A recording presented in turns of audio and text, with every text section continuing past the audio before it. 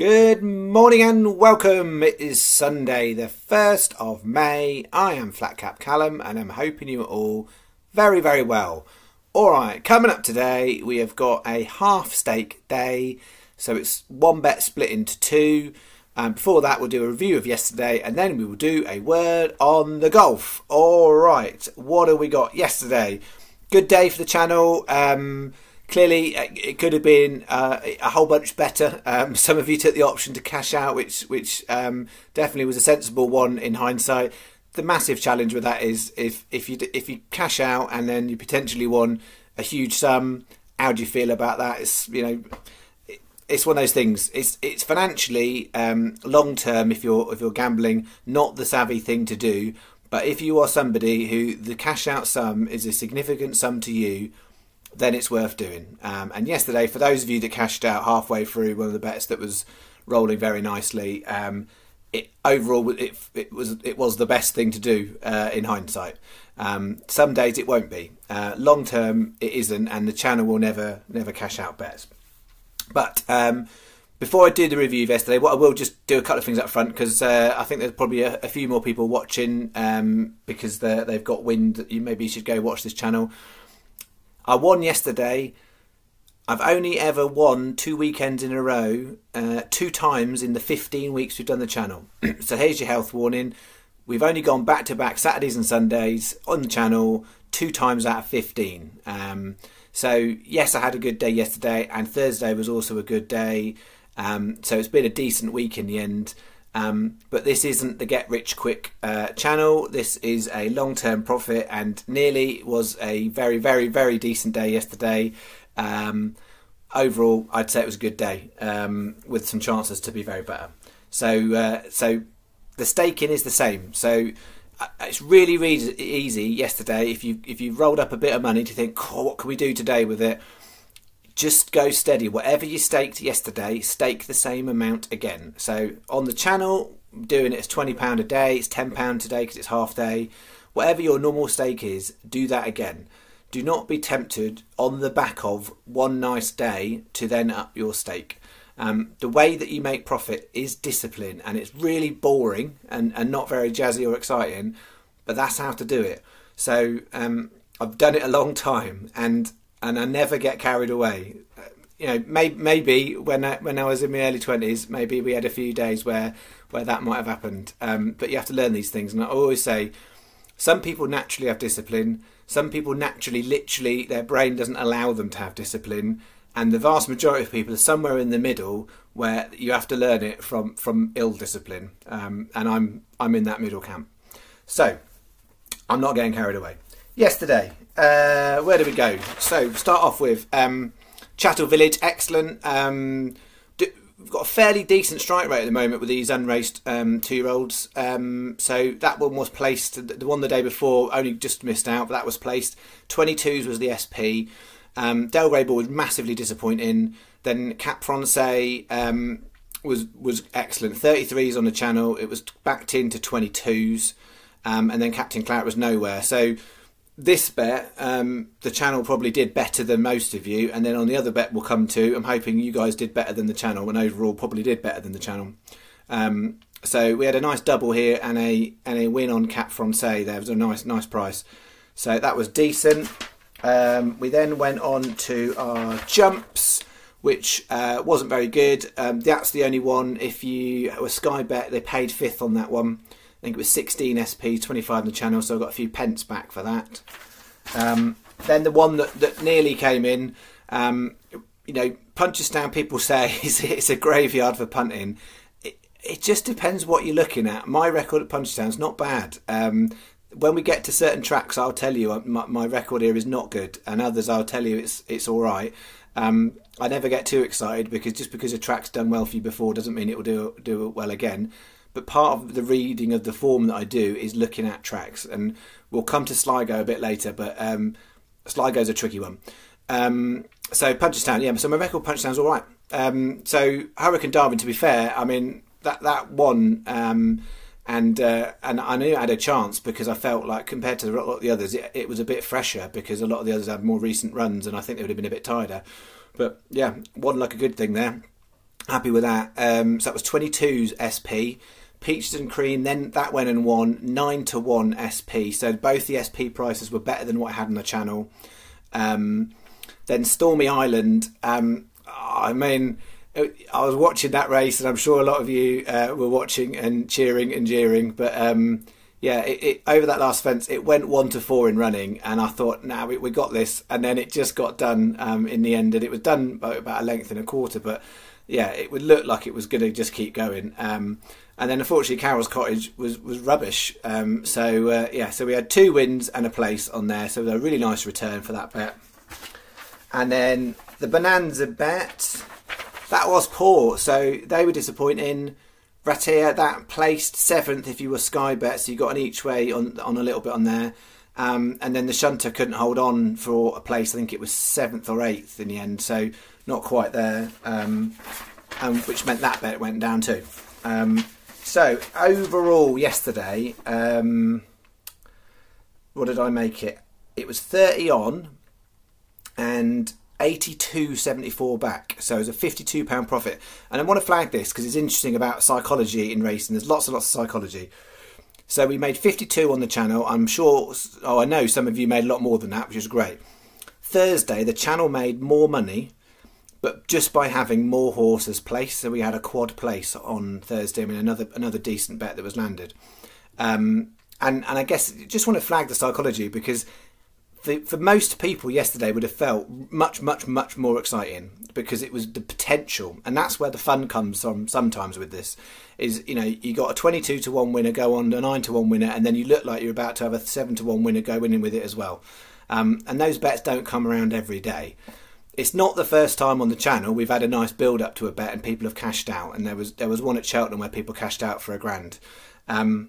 So it does happen. It's not like a rarity. I don't know when it's going to happen again. And if you ask me, are we going to hit 4 of these in one day? We might do. I would absolutely love it. It would make my year, whatever, if I managed to land a 4-horse bet like that on the channel.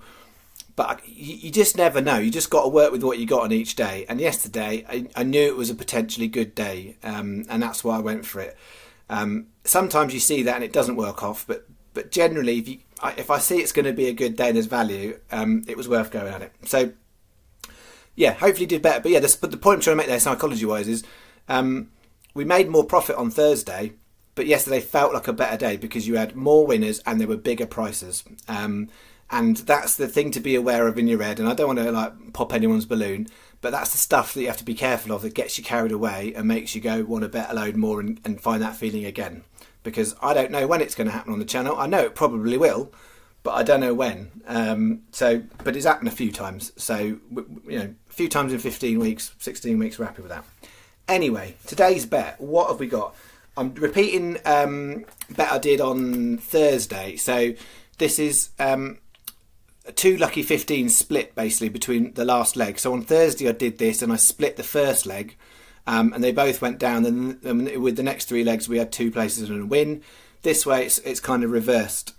So 250 Sligo, there was a horse I liked and there's non-runner, so this is my number 2 horse. Wait a little, but I still think it's a decent chance, 12-1. The only thing with that, it's got a very inexperienced jockey. But I've talked on this channel before, just because a jockey's never won a race before doesn't mean they'll never win a race. All professional jockeys had to start somewhere. So jockeying experience is a watch out there. But we're having a go with Wait a Little. And then 325 Sligo, Inventor, 8-1. And then we're going to go in the 1,000 guineas, 340 Cachet, 18-1. Just flag on these, that's 4 places most bookies. These are 4 places most bookies, but Sky are giving 5 places on those, so it's a slightly better bet with Sky. I would happily put the bet on elsewhere, but there are 5 places on those 2 with Sky. Then 435, my race of the day. Wouldn't be everyone's, but my race of the day, 435 Sligo. Currently 11 runners, and Sky, Paddy, let me get this right, Betfred, Betfair, and Coral are the 5 bookies paying 4. So if you're not getting 4, try and get on a bookie that will give you 4, because I do think having 4 on this race, 11 runners, and I'm splitting it with 2 biggies, it's worth trying to find one of those 5 bookies. If there's another non-runner, those bookies will, most of them other than Sky, will take it down to 3 places, which is still okay, but clearly 4 places in 11 runner, that's a decent term. So we've split it between Pashmina and Miss Myers. I think there's a few in there. I think the value in there, I'm not sure that the market's got that quite right. So I'm splitting the bet. So I've got 2 15p each way lucky 15s, and then 2 25p each way singles on those bottom 2. So hopefully that makes sense. So one lucky 15 is leg 1, 2, 3 with Pashmina, and lucky 15 2 is 1, 2, 3 with Miss Myers. All right. That is today's bet. And then a word on the golf, if I just do a quick refresh on where we're at with Flash Score. So in the Catalonia Championship, the main, what we're looking for there is the lucky 15 bet we've got. So we've got Adrian Sadia to be top Frenchman. He is currently the #1 Frenchman. So we're going to set, basically what we're watching for is, does he finish ahead of all the other Frenchmen? If he does, that's enough if you've got a double win bonus on your lucky 15 to make a little profit on the lucky 15 bet. So we'll see. Then we've got Angel Hidalgo, who's in the mix. He's currently 4th best Spanish. He needs to be top 3 for us to get some cash on that. And then Justin Walters is currently tied 3rd. It's very, very close for the South Africans.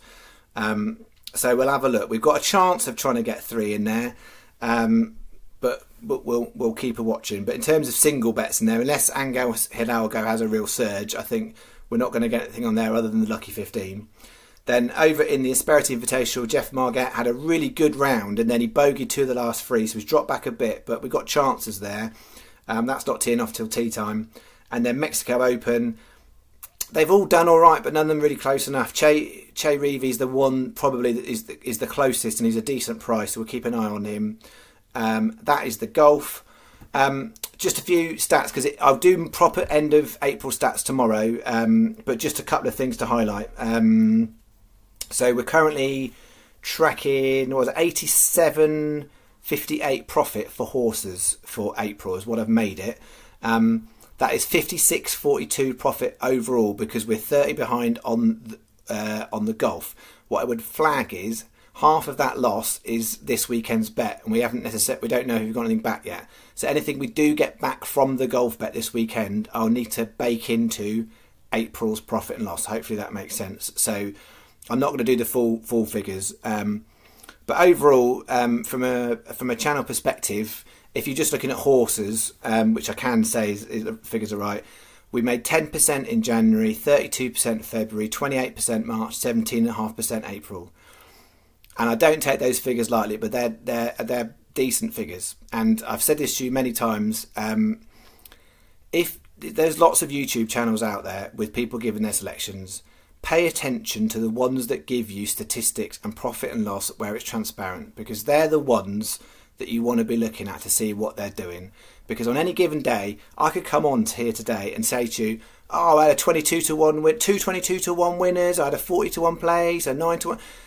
It doesn't mean anything. It's long term is what you need to pay attention to, and don't get bamboozled by the flashing lights and razzmatazz of some of these channels. So I'm not saying mine's the best. I'm not trying for it to be the best or the biggest. What I'm saying to you is the profit figures that I'm demonstrating, it is through a Sky Bet account, so it's the best place to do these bets, but the profit figures are in a really, really decent place. And, you know, there'll be lots of people who try and sell you things, but I don't think you need to buy tips. I think through this channel, you can use my tips, but also I'll try and give you a few bits and bobs as I go along. But I appreciate, you know, researching form is not everybody's cup of tea, and it does take time. All right, I'm going to stop rambling because this video is way longer than I thought it was going to be. I was supposed to do a short one. I'm doing family stuff today, so I better go. All right, enjoy your Sunday of your weekend. Don't go too big today on the bet, but I'm quite happy with it. And then tomorrow's Bank Holiday Monday, and there's 7 meetings, some decent opportunities, so we'll have a look, see what we've got for tomorrow. Thanks very much. Cheerio.